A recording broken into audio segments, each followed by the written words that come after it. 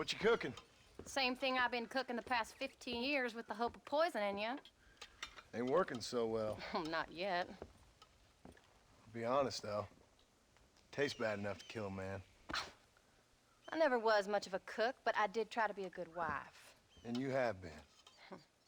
Given what we was and what we came from, I think we've gone and done okay.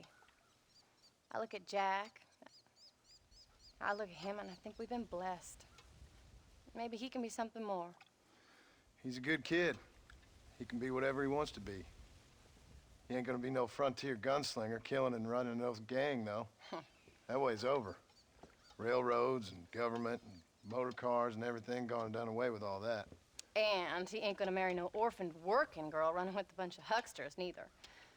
If he meets one like you, I hope he'll marry her. Stop.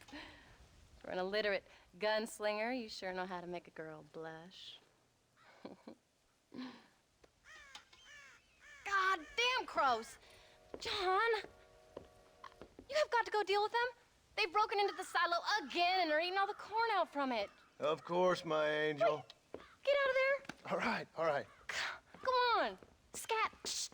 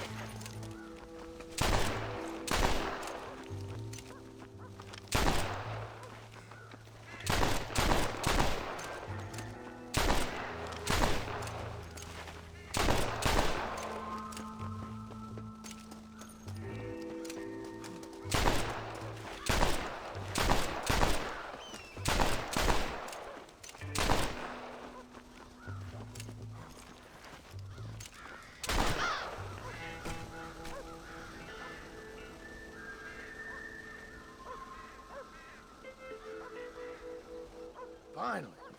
Now about that stew.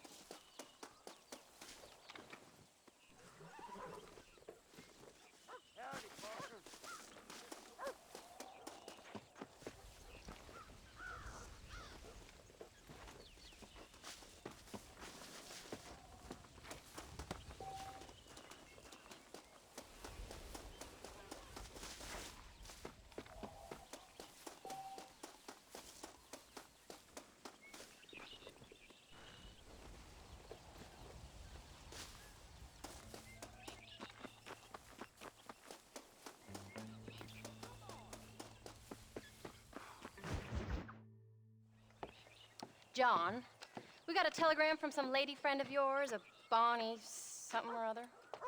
Something you ain't telling me? Bonnie McFarland. She's a friend. Saved my life when I went after Bill and nearly got myself killed again. Oh, now you two's in the habit of sending each other letters. How very nice. It weren't nothing like that. What's it say? I don't know. I can't. Well, you know I can't read. Give it here. You read that thing out loud? I ain't hiding nothing.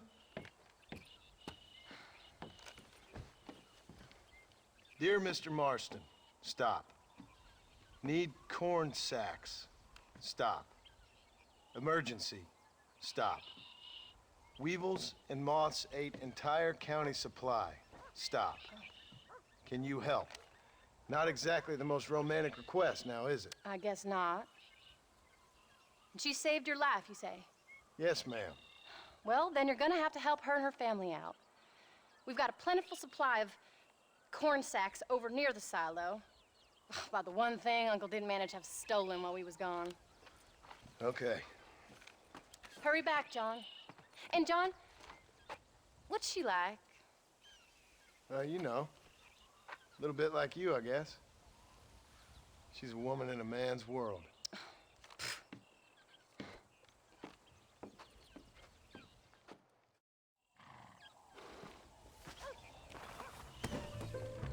John, wait!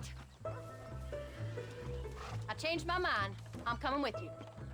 What are you waiting for? We better hurry.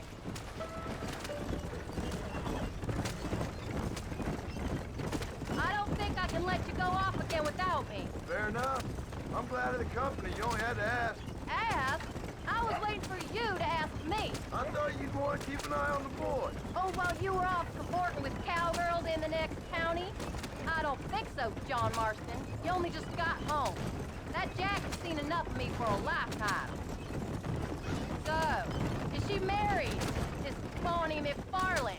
No, What does she look like? I don't know. Pretty normal, I suppose. Normal? What? Normal like me? No.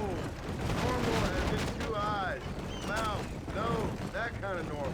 Besides, ain't no woman fine as you. A little flattery.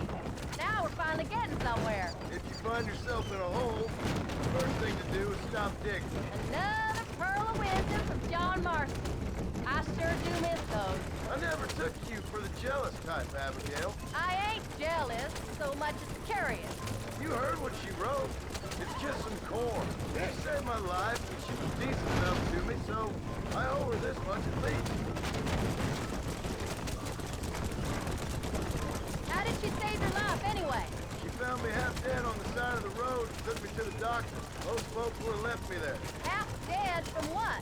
Bill didn't take so kindly to me visiting unannounced. Bill never did like surprises. How was he? Same as he was when we left. Angry and dumb. Taking his revenge out on the world. People down there was really scared of him. A Bill? You gotta be kidding me. He was only frightening if he was afraid of dumb fools. Bill weren't so bad, but when Dutch went crazy, Bill took it hard. For a while, we all thought we'd found something right. A better way to live, but it was just a lie. So you saw before they did. Maybe. But they was still kind of a family. A family that left you for dead. You knew the truth, John, and they hated you for it. Where did they take you? Who? Those government bastards. Where did they hold you and Jack? I ain't sure. They kept their eyes covered there and back. Can't have been too far from here, though. They treat you right? It ain't the first time I've had a gun to my head, John. You're forgetting your marriage proposal. Very fun. No, they learned pretty quick what would happen if they laid a finger on me.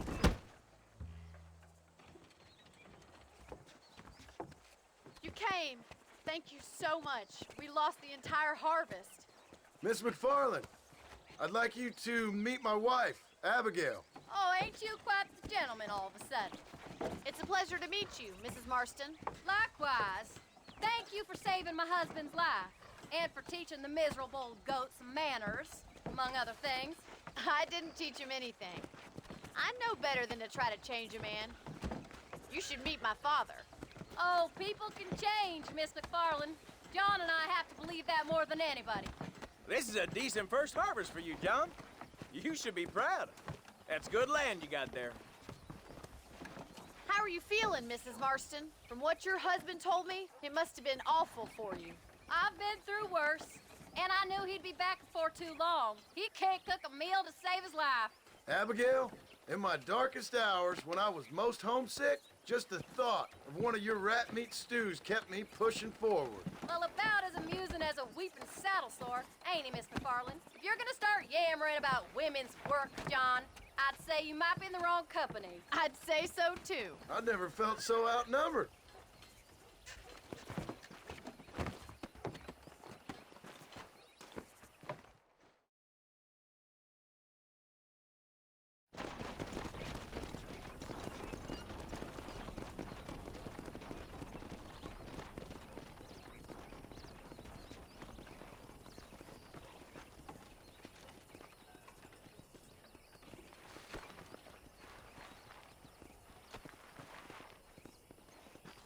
ma'am.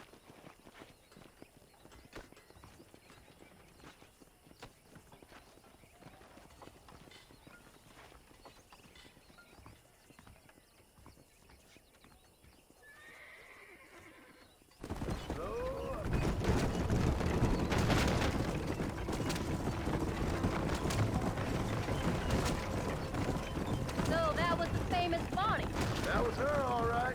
She's pretty. She's normal, like I said. Well, you always wanted to be a rancher. I'd have thought she'd be just your thing. The perfect rancher's wife, if I ever saw one. I already got a rancher's wife. I'm only teasing. I like her, and I'm glad she saved your life. Most of the time, anyway. The McFarlands are good people. She did blush better than a shepherd's sunset when she saw you, though. I have that effect on women. You've clearly had one too many blows to the head. You ain't wrong about that, Mrs. Marston. That's quite a ranch they got there. That'll be us someday. As soon as we get back on our feet. I don't know, John. How many times can we start again? An outlaw and a working girl. We ain't exactly farmers. We are now. Forget that life. It's over. Do you really believe that? We have to. It's the only way we'll ever have a future. The life we led, that doesn't go away. It's never over. You think those government men are just gonna leave us alone now? The whole gang's dead. I did what they asked. And that's it? A life proud, forgiven? We're back together, ain't we? Until they decide you owe them something else. Sometimes I think I was the stupid one for believing I could get out. Maybe Dutch, Bill, and Javier were just being honest with themselves. You ain't perfect, John, and I sure ain't. But you're better than they are. Than they were. Maybe we can't change. But we gotta try, for Jack's sake. Even if we have to start again 100 times. It's better than going back to what we were. How's Jack doing? Angry, upset. He's been through a lot. I hope he's gonna be all right. It's gonna take time. For a while, his world was safe. Normal, even. Then it got turned upside down again. You ain't saying much about it. I've tried to talk to him, but how do you explain any of this? What do you say when he asks about Uncle Bill and Uncle Dutch? They were family when he was a little boy. He hides away in those books of his. Wouldn't you? It ain't like the real world's done him many favors. He's just been kidnapped. He grew up with the gang. That's no life for a boy.